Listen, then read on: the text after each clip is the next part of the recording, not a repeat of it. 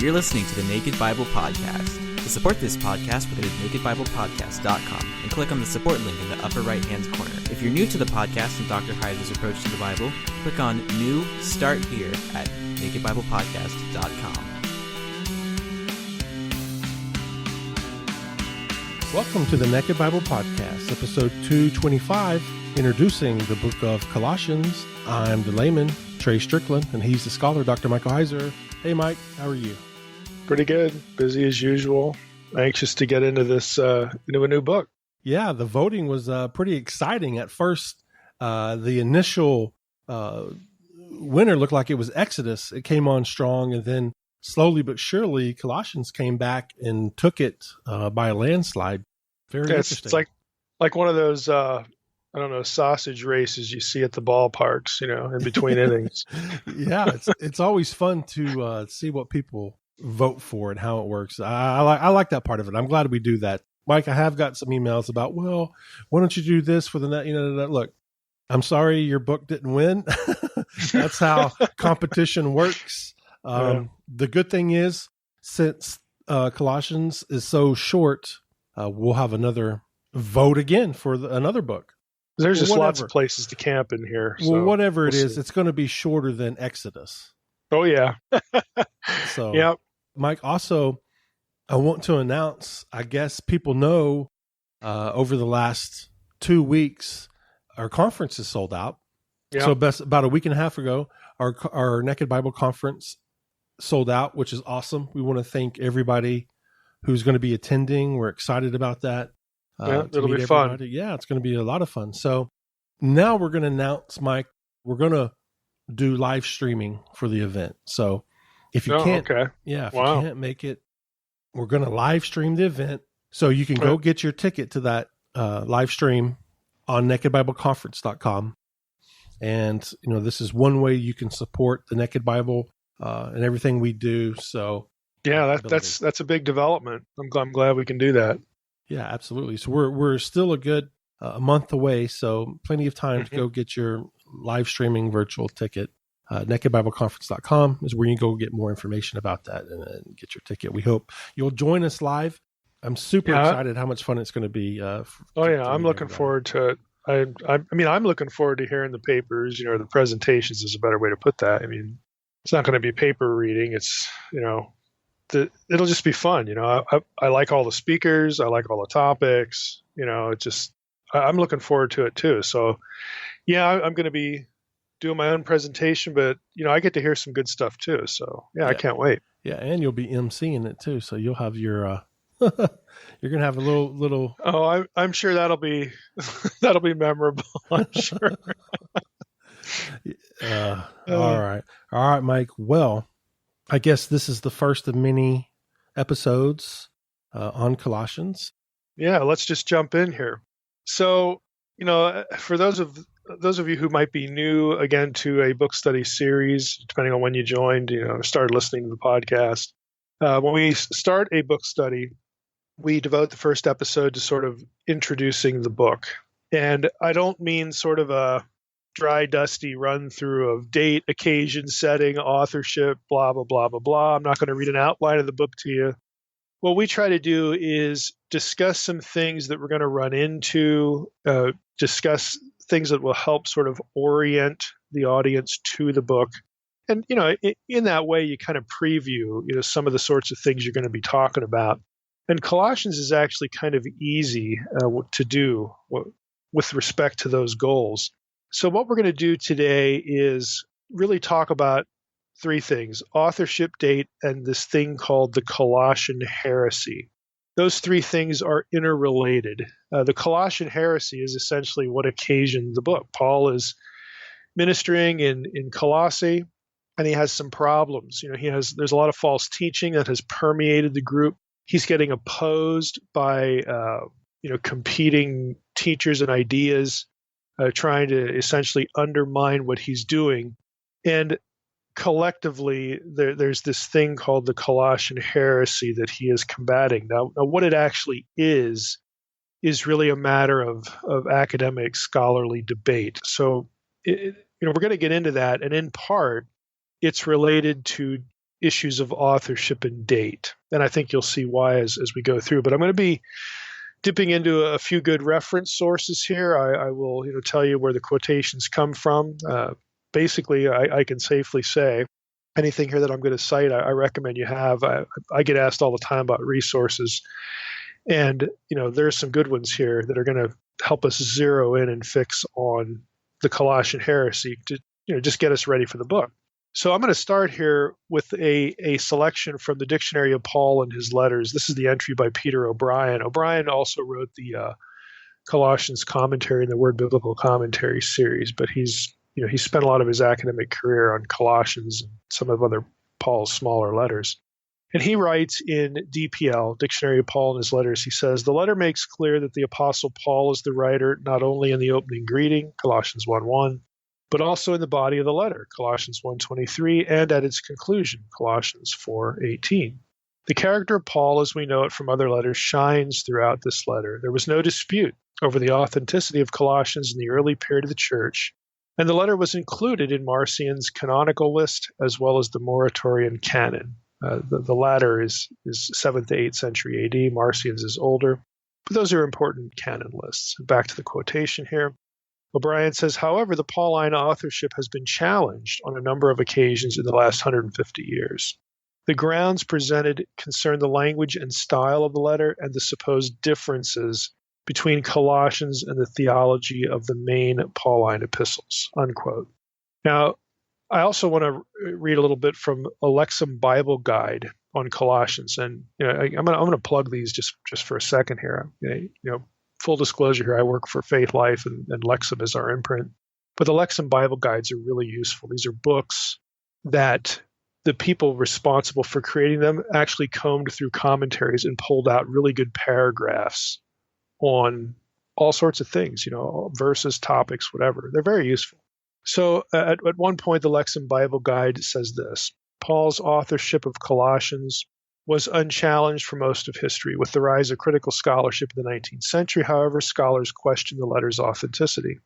As a result, many scholars now regard Colossians as a, quote, Deutero-Pauline, unquote, letter. That is a pseudonymous writing composed by a follower of Paul in his name, unquote. Now, the counter to this, and again, if you read a good, solid exegetical commentary, and you read the introductory sections, you'll find, the pushback. There are many Paulisms in this letter. When commentators talk about, authorship and style and all that kind of stuff, what they're talking about is, like every writer has typical ways of saying certain things, stock phrases, word order, they're just ways that they typically do things.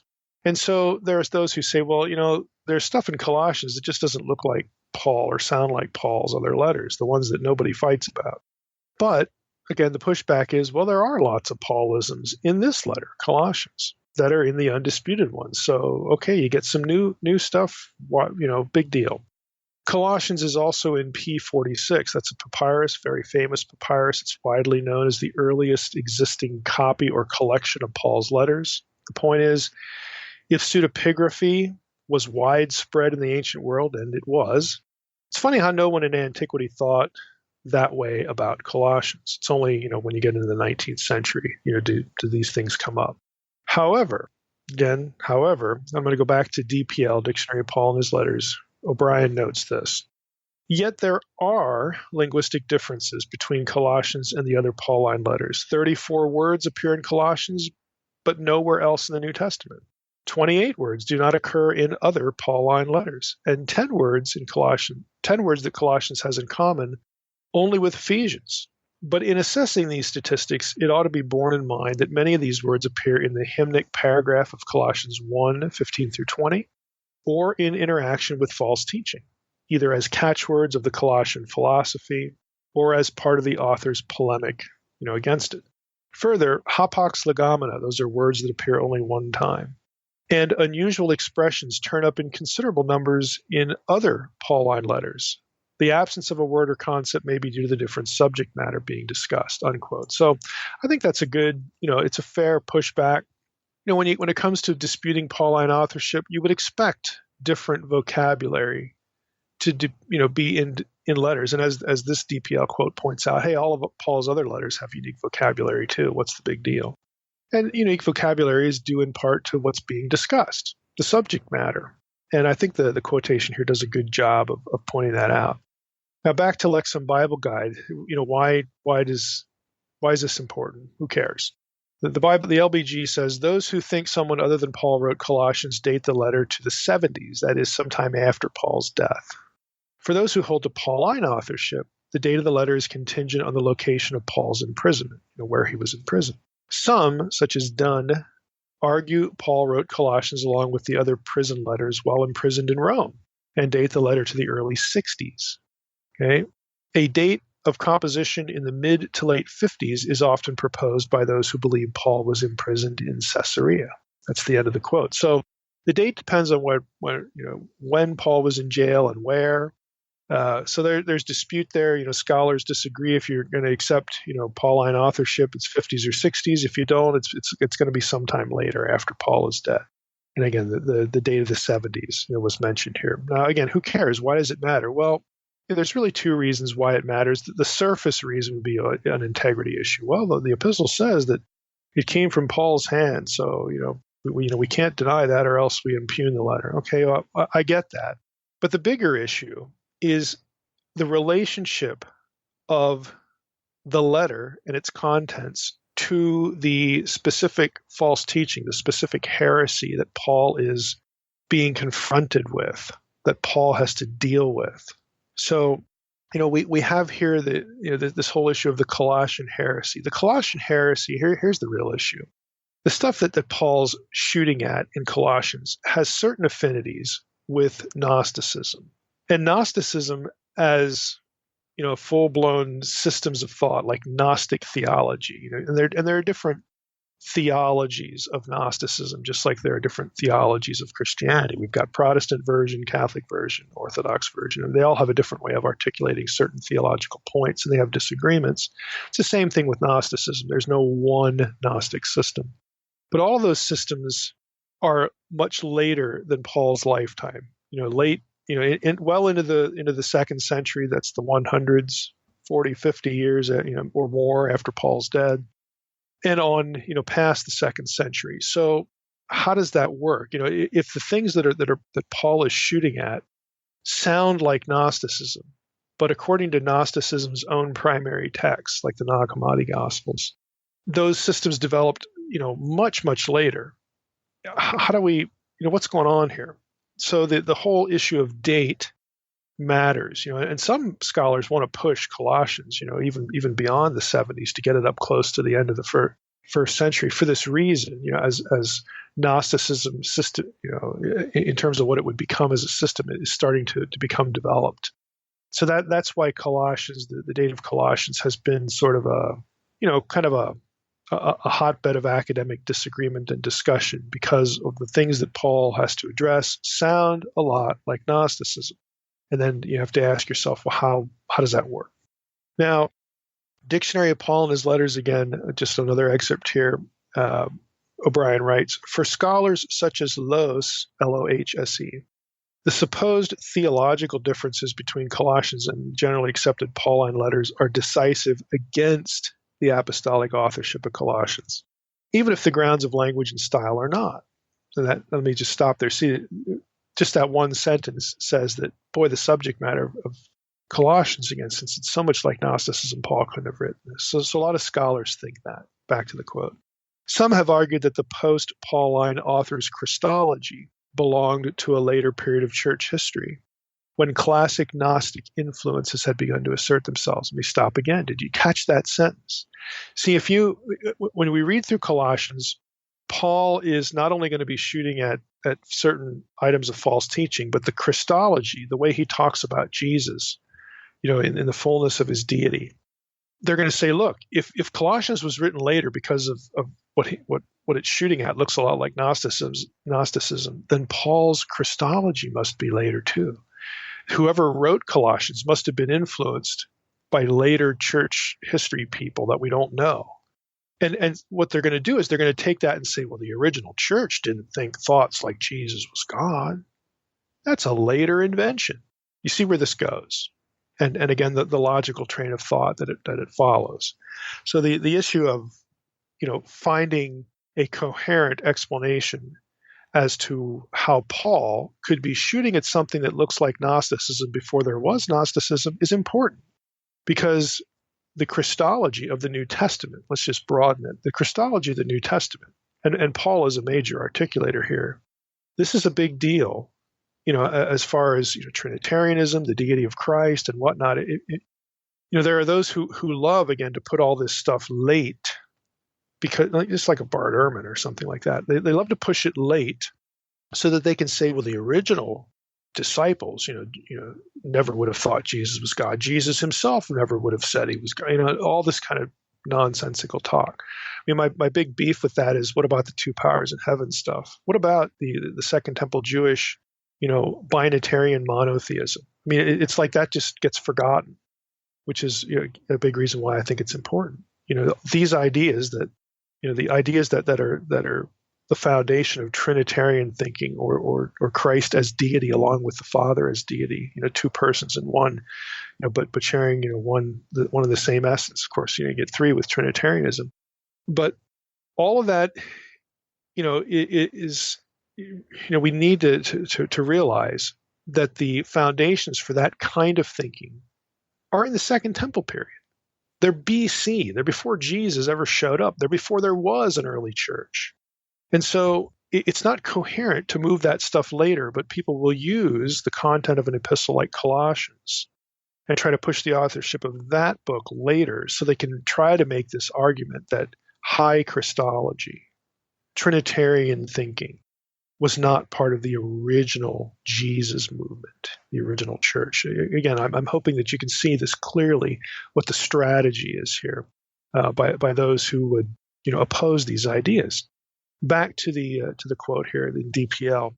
In fact, I'm going to back up to the last sentence. Some have argued that the post-Pauline author's Christology belonged to a later period of church history, when classical Gnostic influences had begun to assert themselves.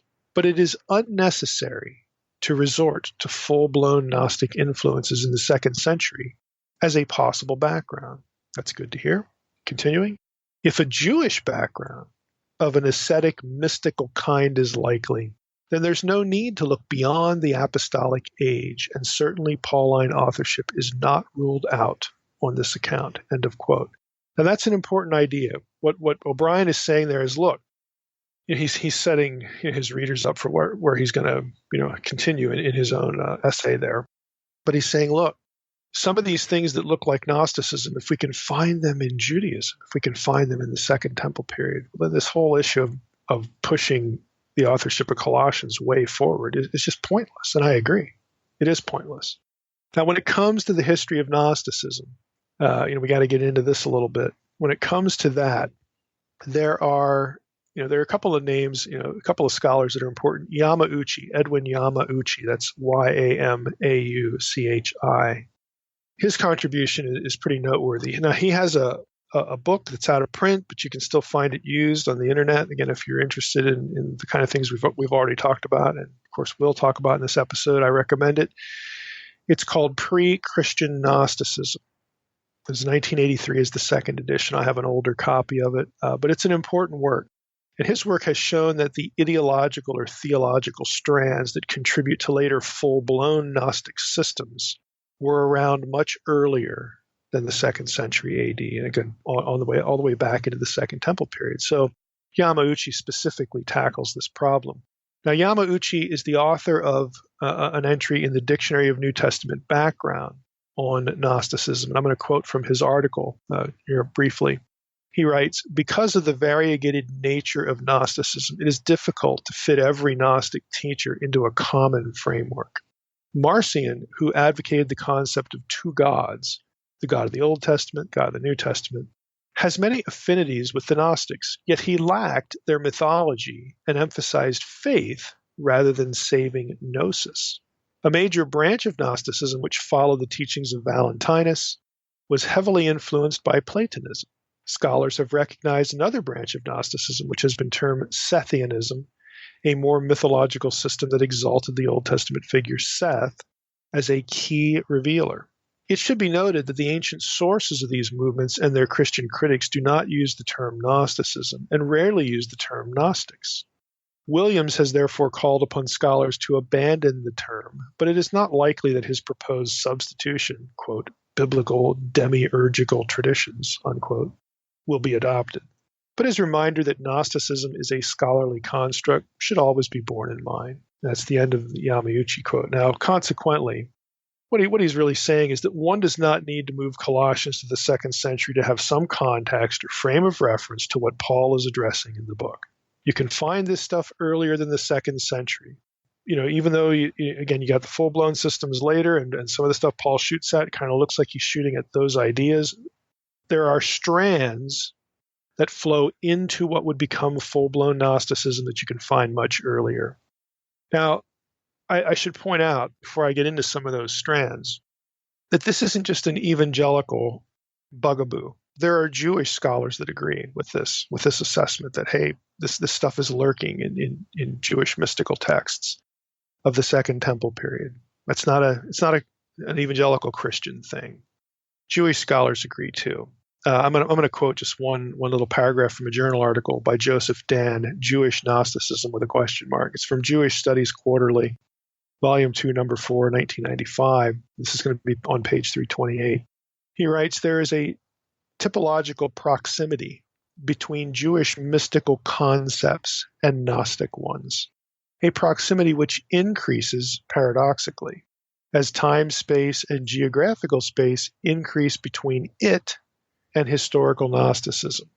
There are also some basic profound differences which separate Jewish mysticism from the Gnostic type of religiosity.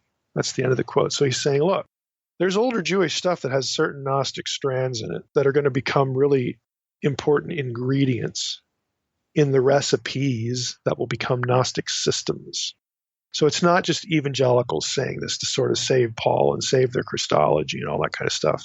Jewish scholars, who muck around in this material in the Second Temple period, they know this is true. And honestly, it's really not hard to find. So what are we talking about here by terms like Jewish Gnosticism and Jewish mysticism, mystical Judaism? What elements of Judaism in the Second Temple period contributed to later Gnostic theologies? What are we talking about here? Well, in broad strokes, Colossians gets into what might be called speculation about angels. Let's just start there. Speculation about angels. Now, some of you already know from Unseen Realm that Colossians is one of the books that mentions the stoicheia, the elementals, elements or elemental principles, how different English translations render the term differently, variously. So Colossians does get into this worship of angels, speculation about angels, and that's just one example. Once you start talking about angelic abilities, duties, and hierarchies, etc., the question of how Jesus relates to those beings naturally arises. I mean, we've seen this in, when I go out to speak on Unseen Realm, you start talking about the sons of God. Invariably, there's somebody in the audience that says, well, what about Jesus? I thought Jesus was the son of God. Who's he now with all these other sons of God running around? In the supernatural world. I mean, it's that kind of thing. Once you, again, start speculating about angelic ranks and hierarchies and powers and responsibilities, which Judaism did a lot of that. And again, Paul gets into a lot of that in Colossians. Once you start doing that, the issue of how do we distinguish Jesus from this comes up. It's just natural.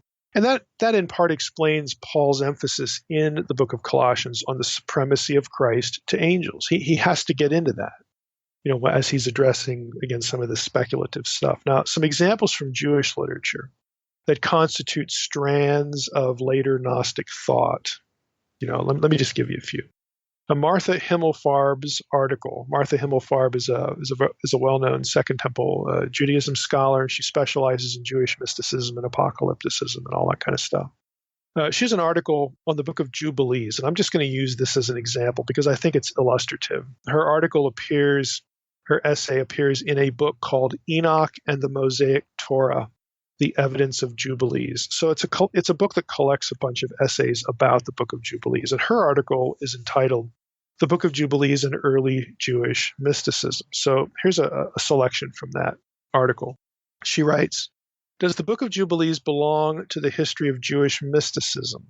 Jubilees contains neither a vision of the Merkavah, the chariot throne of God from the book of Ezekiel, nor an ascent to heaven, the features central to the Jewish mysticism of antiquity, as delineated by Gershom Scholem in his pioneering work, Major Trends in Jewish Mysticism.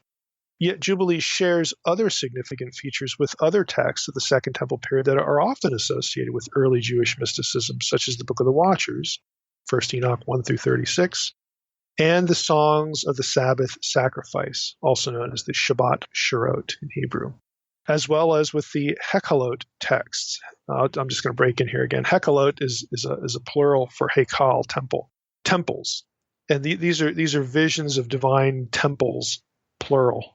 Okay, in the supernatural world, there's a lot of that in the Dead Sea Scrolls. Okay, so back to the quote. So Jubilees is associated with early Jewish mysticism that you'd find in the Book of the Watchers, the Songs of the Sabbath Sacrifice, as well as Hekhalot texts, the literature of the fully developed Merkava mysticisms of late antiquity. And while scholarly literature on early Jewish mysticism has in general paid little attention to Jubilees, it figures prominently in Rachel Elior's recent book on early Jewish mysticism, The Three Temples, on the emergence of Jewish mysticism. That's the end of the quote.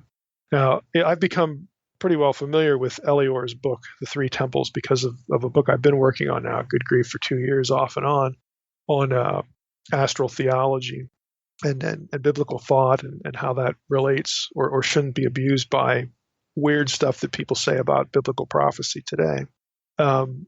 There's a lot of speculation in the Dead Sea Scrolls, for instance, about temple visions and visions of the heavens. And when you get into the heavens, you get into celestial objects, you get into the stars, you get into astral theology and all this kind of stuff. So this is a big deal in the Second Temple Judaism. And again, because that's where the angels live in the heavens as well. Some of them thought they either were the stars or they were associated with the stars or empowered the stars. There's all this speculation. This is angelic speculation. And that's the kind of stuff you see Paul having to deal with in Colossians. So it's very easy to see, if you're familiar with Second Temple Jewish stuff about visions of the heavens, visions of God's throne room, visions of angels and other supernatural beings and celestial beings.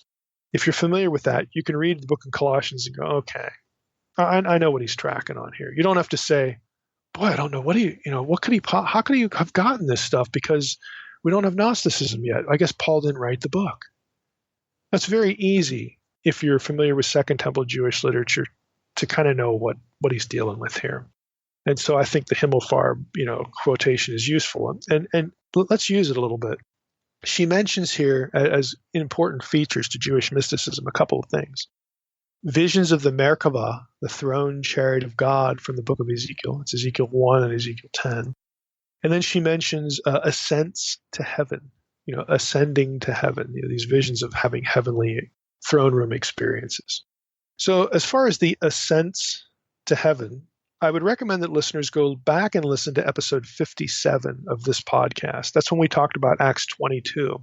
And we tied that into Paul's experience mentioned in 2 Corinthians 12, what some people think Paul had a near-death experience or something. He sees visions of God that he can't talk about and all that.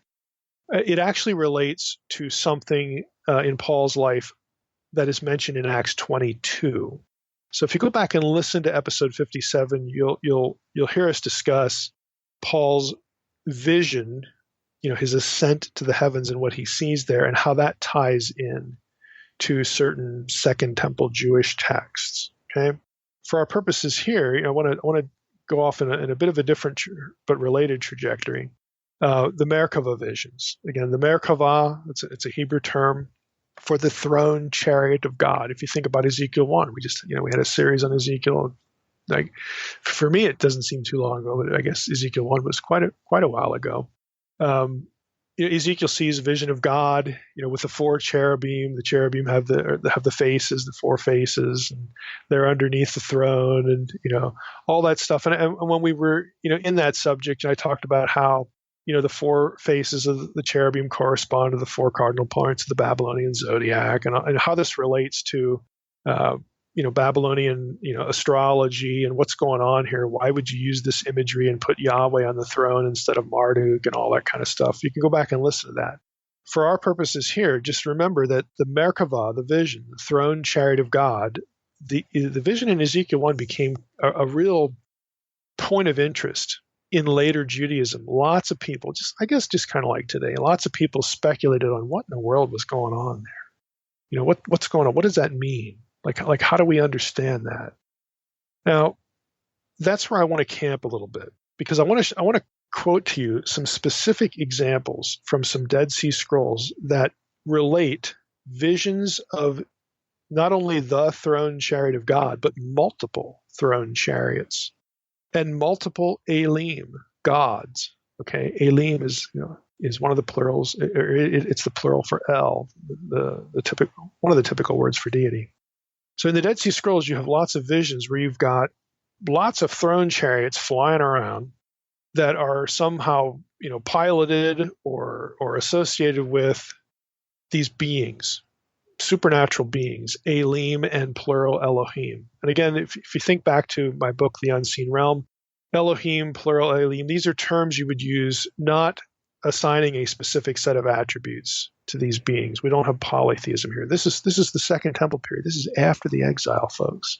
This is why I've protested so much, beginning in my dissertation all the way to right now, that terms like Elim and Elohim are not about polytheism, because the biblical writers do not assign a specific, unique set of attributes to that term, to either term. You'd use these terms to say this is a member of the spiritual world. That's it. Now, at the Naked Bible Conference, I'm actually going to get into this subject, because my topic is divine plurality. I can't remember what title I gave it on the Naked Bible Conference website, but my topic is about divine plurality in the Septuagint and in the Dead Sea Scrolls. And we're going to get into some of this stuff.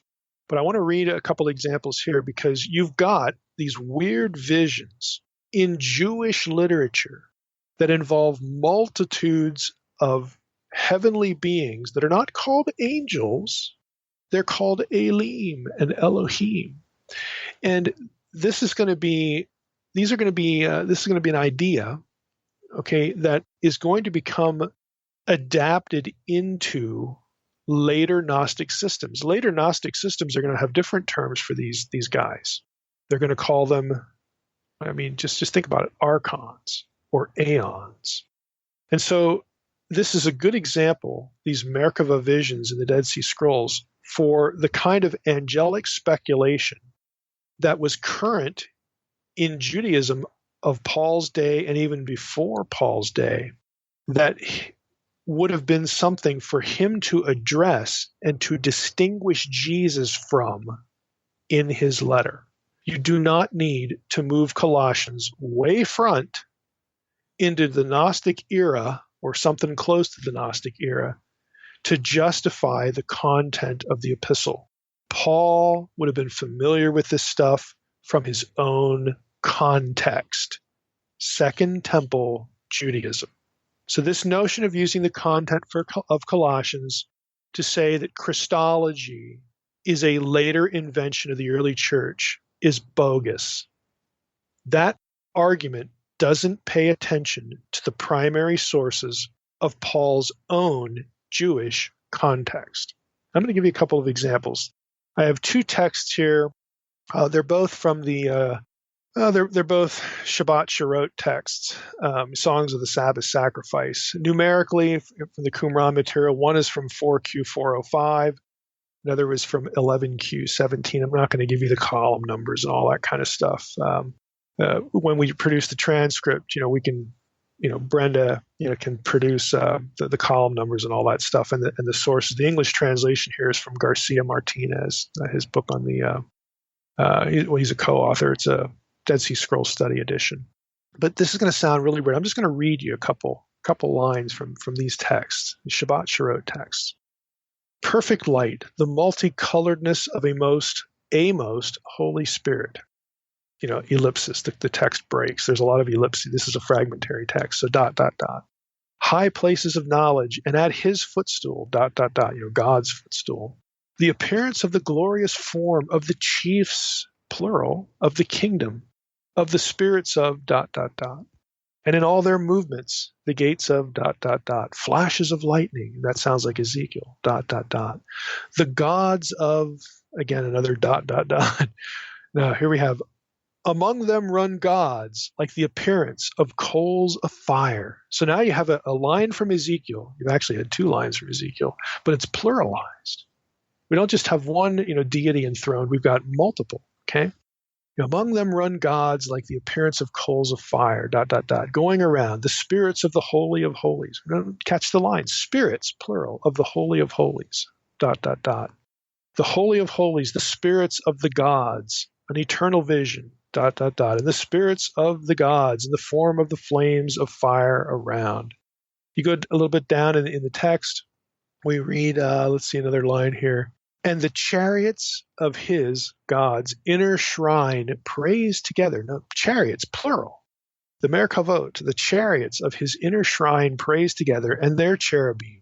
Well, they all have cherubim. All these Merkavot have cherubim. Not just gods. Not just the singular gods like in Ezekiel. The chariots of his inner shrine praise together, and their cherubim, and their ophanim. That's the Hebrew word for wheels. And their wheels bless wonderfully, ... The chiefs of the construction of the gods, and they praise him in his holy inner shrine. Here's the second Merkava text. Let me just pull out a couple lines again, and I'll skip the dots here. That's probably the people who do the transcripts are blessing me now. We have here, by ordinance they are steadfast in the service of blank, a seat like the throne of his kingship in his glorious inner shrines. They do not sit, there's a blank. His glorious chariots, holy cherubs, shining ophanim, shining wheels in the inner shrine, the spirits of gods. It's just weird stuff. I mean, these are Jews. I mean, think about this. These are the Dead Sea Scrolls, okay? These are Jews writing about multiple throne chariots in language drawn from Ezekiel 1, which only had one throne chariot. Okay, so you look at a text like this, and scholars classify these sorts of texts as Jewish mysticism, Jewish mystical texts. Again, there's a lot of this stuff at Qumran. A lot of these, again, multiple beings in the throne room of God, they each get their own little chariot, along with the big chariot, the one that like really matters, God's own chariot. But they all get their own little chariots. These are Jewish writers speculating on what must the presence of God look like or be like, what goes on up there.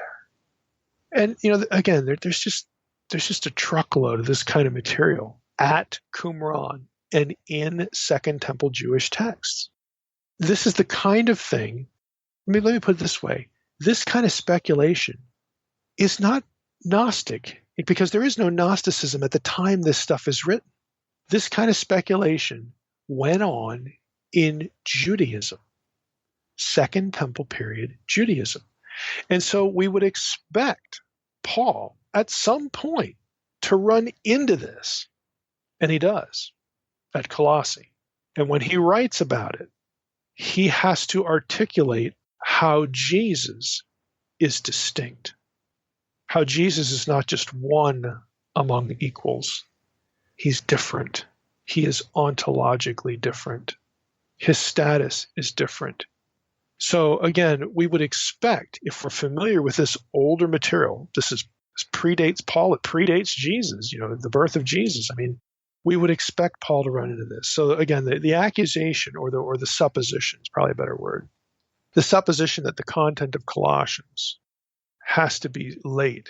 It's just bogus. Now think about it. When did people start to doubt the authorship of Colossians? I just read you some introductory passages. It was the 19th century. When were the Dead Sea Scrolls discovered? The next century.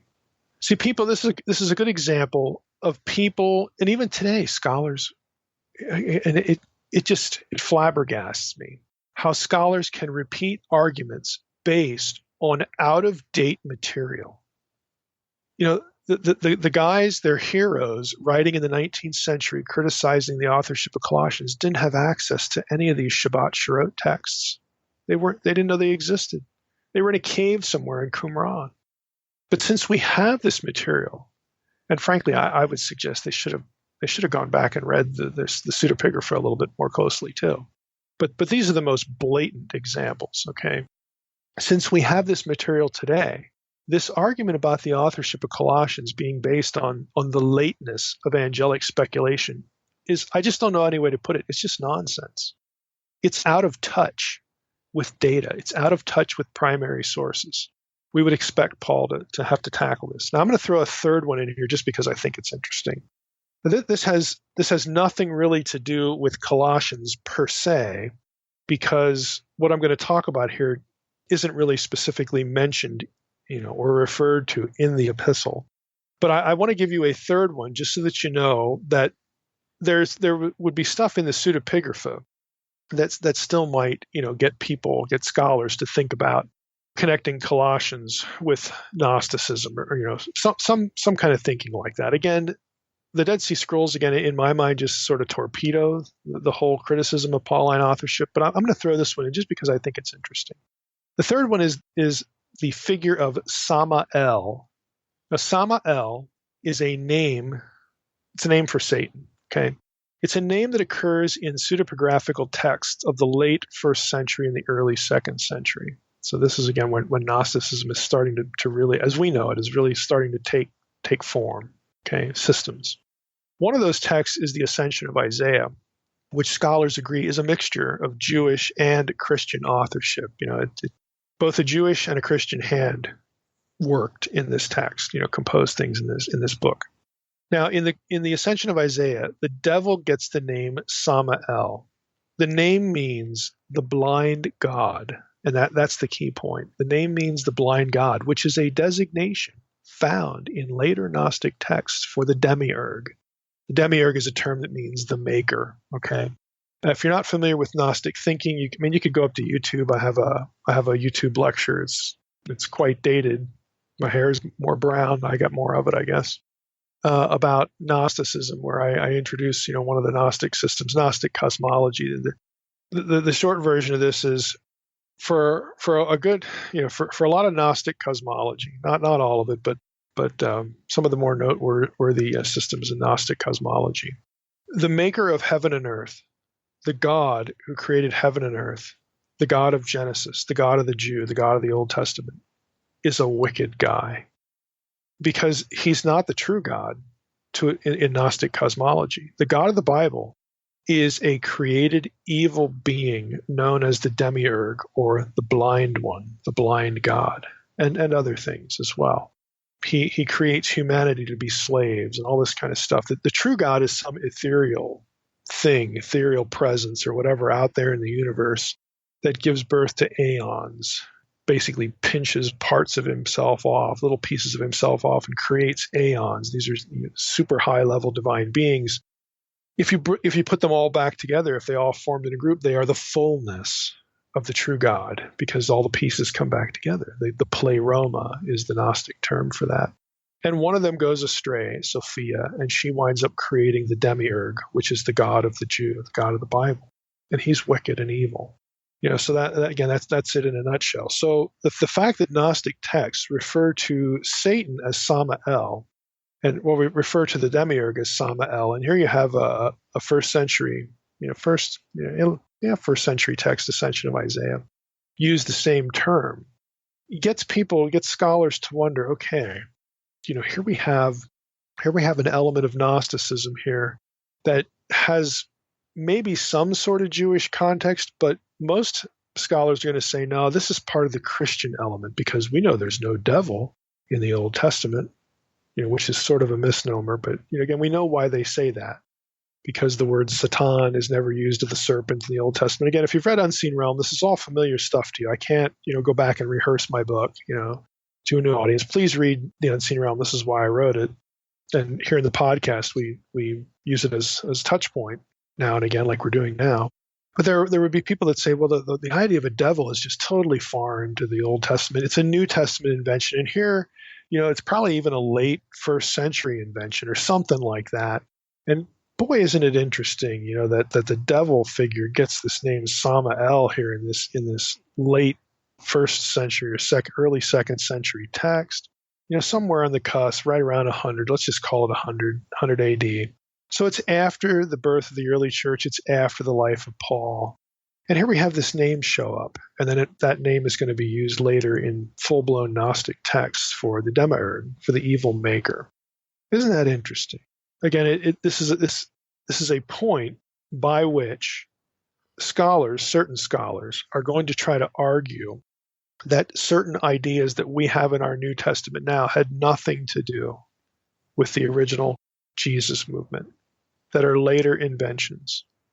I'm going to read you a little bit, from, and again, if I'm reading these sources, let's not assume that any of these authors land anywhere, in particular on this, because, honestly, I don't know, where they would land on some of these things. But I'm going to read, this is from Charlesworth's Volume 2, Old Testament Pseudepigrapha. Michael Knibb is the one who did the treatment of the martyrdom and ascension of Isaiah. He writes this: "The demonology of the martyrdom of Isaiah is a matter of some interest.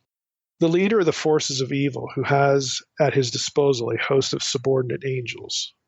Chapter 2, verse 2. I'm not going to read you all the verse references in Ascension of Isaiah or the martyrdom of Isaiah. It's the same book.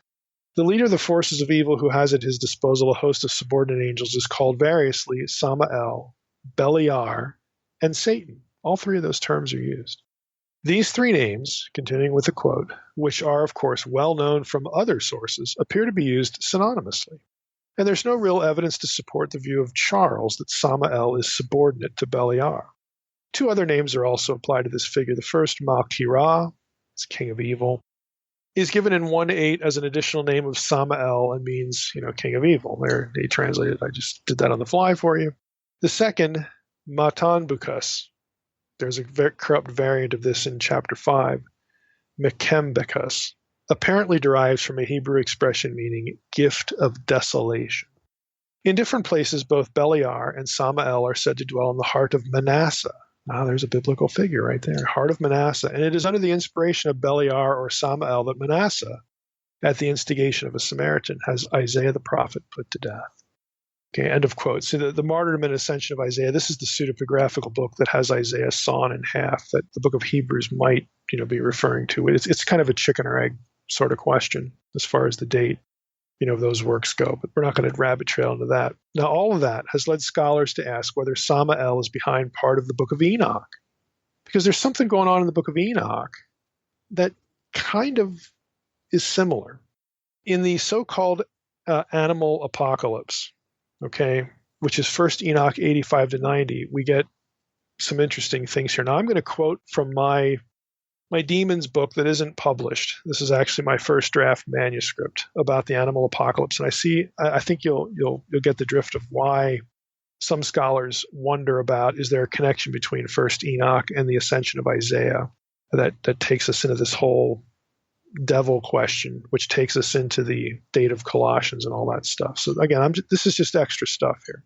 So I write in my manuscript, the so-called animal apocalypse, 1 Enoch 85 to 90, a highly symbolic retelling of the history of Israel, also reflects the Deuteronomy 32 worldview. In his scholarly commentary on this portion of 1 Enoch, Patrick Tiller describes it as follows. Okay, here's Tiller's quote. "The animal apocalypse is presented as an allegorical dream of the antediluvian patriarch Enoch, in which he sees a story about bulls, sheep, various animals that prey on the sheep, and humans who interact in various ways with the sheep and the bulls. Each element in the story is primarily a sign for some object of human history outside of the story. Cattle represent humans from the time of Adam to Noah, some of the early Shemites and the restored humanity of the ideal future. The sheep represent Israel. Various unclean, predatory, and scavenging animals and birds represent the Gentiles. Stars represent the fallen watchers, and humans represent other angelic figures except for the owner of the sheep, who represents God." It's the end of the quote. Now, Hannah, another scholar, this is still me writing, notes that in the animal apocalypse as follows. Here's his note. "The Lord of the sheep," in other words, God, "hands over the sheep," in other words, Israel, "to the oversight of 70 shepherds." Now, let me break in here. See, that's the Deuteronomy 32 worldview connection right there.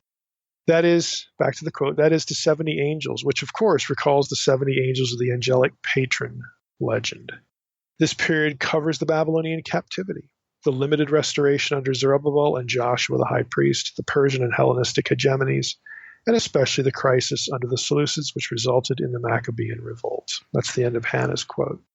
This is, back to me, the 70 shepherds overtly represent the angelic patrons of the Gentile nations. Their role is oppression of the sheep, oppression of Israel. The writer of 1 Enoch 85-90 cleverly subverts the Deuteronomy 32 worldview, where Israel is Yahweh's exclusive possession, and the sons of God are allotted to the nations. In turning Israel over to the nations, I'm quoting somebody else now, God, in effect, turns them over to the nation's heavenly patrons. The author of the Animal Apocalypse has taken the concept of the angelic guardians of the nations and stood it on its head, so to speak. Here, the angelic patrons function not so much as guardians of the Gentile nations, though they are that to be sure, nor even as angels charged with leading the Gentiles astray, as in Jubilees. Rather, they function as a means of punishing Israel, not punishing each nation, punishing Israel. That's the end of my section here in the book. Now, part of the 70 shepherds, part of this whole thing in the Animal Apocalypse, and here's where we link back to Samael, is the 70 shepherds blind people to the truth. Remember, Samael means the blind God, the blind deity.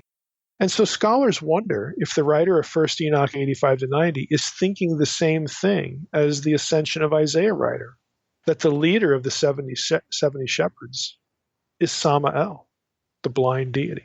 And again, because that term is used in later Gnosticism for the God of the Old Testament, scholars just look at that and go, it's just interesting. It's just interesting. There's this connection between a text, let's call it 100 AD, and Gnosticism. You know, and the whole idea of blinding people. Where did we read that before? Oh yeah, Paul writes about that too. Okay, the God of this world has blinded the eyes of those who don't believe. You know, they'll use this information, again, to try to make the content of some of Paul's theology later than Paul. That's the point. They'll dip into this content to make what Paul says in different epistles. Colossians is a big one, but now we're even in 2 Corinthians. They'll dip into this and they'll say, look, this can't be by Paul's hand because it reflects a text in 100 AD. It reflects the Gnostic texts that come even later. Now, never mind the fact that Beliar is in the Dead Sea Scrolls. Okay, never mind that kind of stuff. Again, never mind the fact that Paul is actually quoting when he talks about the God of this world blinding the eyes of those who don't believe. He's drawing on Isaiah chapter 6, 9, and 10.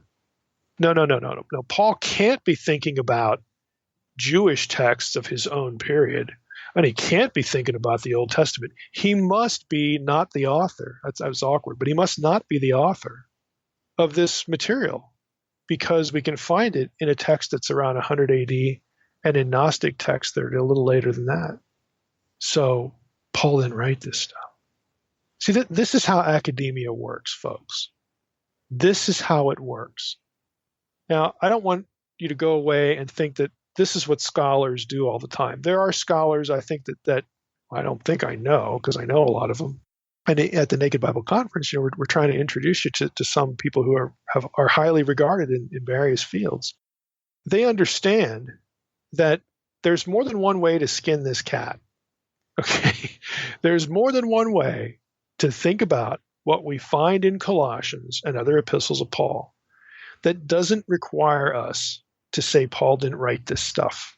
Because when you go down that road, then you have to think thoughts, or you're led to think thoughts like, well, if Paul didn't write this stuff, what about all this high Christology in here? You know, if Paul didn't write that, well, then that means that wasn't around in Paul's day. And that would mean that the early church didn't really think that stuff about Jesus, did they? This is how academics work. Again, there's more than one way to skin the cat. Often what you get, and I'm just going to be blunt, I've been in academia now for, good grief, 25 years, okay? Academics have biases. They just do. You know why? Because they're people. They often present their argument either with selective citation of material, or they favor material in the way they discuss it. They might mention something that contradicts them in a footnote, but they're going to ride the other stuff to the end of the page, okay? That's just what they're going to do. And so you should be thankful. You should be thankful that there are people who devote their lives to mucking around in all these texts and paying lots of money to get degrees and spending their lives doing something as obtuse as chasing prepositions across a corpus, okay?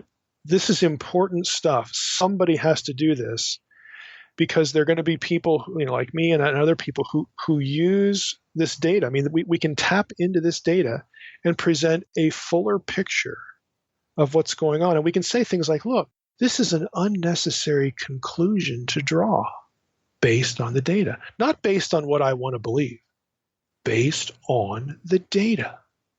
Okay, here at the podcast, we try to be data-driven for a reason. I mean, and honestly, we don't have to make anything up. There's so much data here. It's just that we want to present data to you and tell you why scholars land where they do, how they make their arguments, what they're doing. Because if you encounter this stuff out there in the wild world of Christian Middle Earth, or just Middle Earth, you get the impression, especially if a scholar's a good writer, you get the impression that, oh man, this must be this must be true. This must be the way to look at it. There's just no other way to look at this. Look at all these citations and footnotes and blah, blah, blah, blah, blah, blah, blah. Now, that's why it's important to be able to tap into the primary data yourself, or again, know somebody who does, and just gives it all to you, not just a little slice, and talks about, okay, how do we think about the data? Well, here's one way that scholars think about the data. Let's probe that for logical coherence and weaknesses, shall we? Let's do that. And here's another way to look at it. Let's probe that. Here's another way to look at it. Let's probe that. I mean, this is what we try to do in what I try to do in what I write. It's what I try to do in the podcast. What I'm trying to do in this episode, okay? You need to know that there's nothing new under the sun. There just isn't. And no matter what you're going to run into out there in the wild world of Middle Earth, somebody else has thought about that differently. The question is, where do I find that guy? Where do I find that woman, who has devoted him or herself as a scholar to a more, dare I say, honest presentation? In some cases that is the right word, but just to a fuller presentation of the data. And then can I find the people who are willing not just to party or parrot the party line of academia and present merely one way to look at the data? Because there's always more than one way to think about data. There just is. There's always one more way to do that. More than one way to skin that cat. And what you got to find is you got to find scholars, regardless of where they land, regardless of their confessional stance, that will do that for you. And they're perfectly willing to be wrong. They're perfectly willing to expose you to full presentations of all the possibilities. That's gold when you find somebody like that. Again, regardless of where they land. So to sort of veer toward the end here, to land the plane. How should we think about the Colossian heresy? Where does this leave us? And I think you could sort of answer the question already by virtue of what we've covered. In Colossae, let me just go back to the Lexham Bible Guide. It has a nice little paragraph on this. Colossae was a relatively small agrarian town located in the region of Phrygia in Western Asia Minor. It was part of a triad of cities along with Laodicea and Hierapolis, all of which were situated in the Lycus River Valley. An earthquake devastated the region surrounding Colossae in 61 AD. Paul's letter to the believers in Colossae was probably written before this event. Although the people of Colossae were mostly Gentile, there are passages that suggest that the city also had a substantial Jewish population. End of quote. I mean, Paul definitely had Jewish opponents. The city of Colossae was, again, primarily Gentile, but you've got a significant, Jewish representation there. N.T. Wright, let's just throw him in here. He writes, the city of Colossae was distinguished by its various spiritual beliefs. According to Arnold, it's Clinton Arnold, the spiritual climate of Colossae included beliefs in dangerous spirits and powers. See Colossians 2:8 and 15. Also, invocations of angelic and other divine beings for protection, and ecstatic forms of worship that often involve forms of bodily abuse. Colossians 2:18. According to Bart and Blank, the people of Colossae also participated in various mystery religions. On the whole, syncretism, the blending, it's important, the blending of different religious beliefs and practices seems to have been the prevailing approach to religion in Colossae. That's the end of the N.T. Wright quote. And I think that's a good way to present it, because you have mystery religion stuff that we're going to run into. You've got Jewish mysticism that apparently was part of what was going on in this church. You've got Jews that are going to, in Colossae, that are going to question Paul about circumcision and worshiping on certain days. It's just all happening. It's just all happening. Wright, let me just throw in another selection from Wright. This is from his Tyndale New Testament commentary. He writes, "The problem in its essence could be stated as follows. A, there are clear Jewish elements in what Paul is opposing, and yet there are many things which look more pagan than Jewish, like the actual worship of angels in Colossians 2:18, and the ascetic practices which appear to deny the importance of the created order, Colossians 2:2 and following. B, on the other hand, while much of what Paul is opposing can be fitted into an essentially non-Jewish framework, there are certain features, for instance, the reference to circumcision in Colossians 2:11, which remain obstinately and uniquely Jewish. The problem, therefore, is to find a hypothesis which will account for the polemic of Colossians both in outline and in detail, if at the same time such a hypothesis can also help to explain the significance of the poem in Colossians 1 and of the particular form and content of the ethical exhortations in chapter 3, it'll gain added strength. So what Wright is basically saying is that what we have, the Colossian heresy, is an amalgam. It's just a mixture of, I wanted to say, it's like Christian Middle Earth. It's just a mixture of strange stuff. Some of it's Jewish, some of it's pagan, some of it's, a baby birthed from the combination of Jewish and pagan stuff. It's its own thing. It's its own hybrid, whatever. This is the stuff Paul's running into. But you don't need to push Paul so late, because he's running into angelic speculation, all this, really weird stuff about the powers. He's running into it in Judaism. And there are certainly specific Jewish things that Paul is addressing in the book.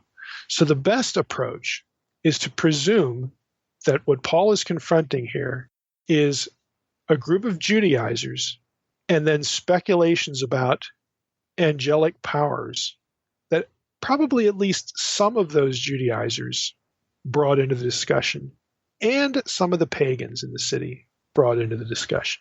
It really doesn't have to be that complicated. So this is the kind of thing we're going to run into in the book.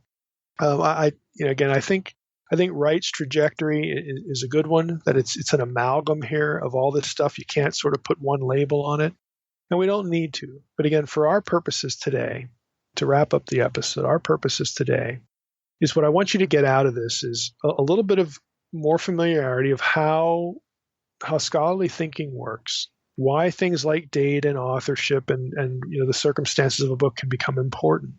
And specifically as it relates to Colossians, you need to come away from this episode understanding that, look, Paul wrote this epistle. There's no good reason to doubt that he wrote this epistle. Therefore, there's no good reason to doubt that Paul's Christology was Paul's Christology. And lo and behold, it's as I say in Unseen Realm, and as I've written in a number of places, including that book, there's a lot of stuff that Paul says that kind of reflects, Jewish binitarian monotheism too. And then you got the Old Testament presenting the two Yahweh figures. In other words, Paul's the perfect guy. All of this stuff sort of converges in him. He is a Jew who's highly educated. He knows the Old Testament well. He knows the context of his own faith very well, but he's the apostle to the Gentiles. He knows the pagan mind pretty well too.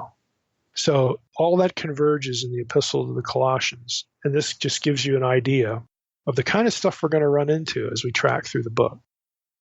Needless to say, Mike, I am super excited. That's one of the reasons why I was lobbying for Colossians to win the vote. Because did you stack the vote, Trey? What did I say that out loud? I meant it legitimately won. No influence by my part. I didn't mess with the data. No, but seriously, Scout's honor. No, I might have voted twice. I'm not sure. I'll admit to that, but nonetheless, I'm super excited for this book. And, the whole data-driven point is, coming on 14, 15 years, when I first discovered you, that's one of the things that attracted me to you is because I don't know if it's because I'm an IT guy and I am data-driven myself. And so when you find that in other areas, you gravitate towards that. And so you were one of the first that was applying that to the Bible. And I think a lot of other listeners like myself, that was part of the draw, to you specifically, and then onto the podcast now as well, is because you use the data. You take logic and the data into consideration, and that's what we're trying to get people to go back to or start doing.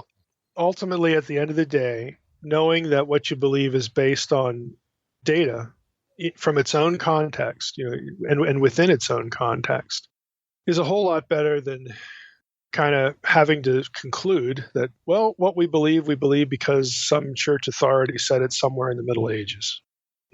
That's just not a satisfactory, because we assign authority to the biblical text, and so that's where we have to go back to the text in its own context. And we try to do that. I try to do it, and to bring up the conference again, which I don't mind doing.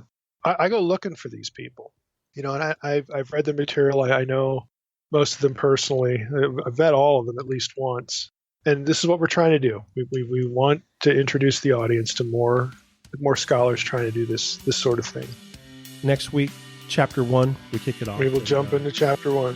We want to thank everybody who voted in the poll. Super excited about this book of Colossians.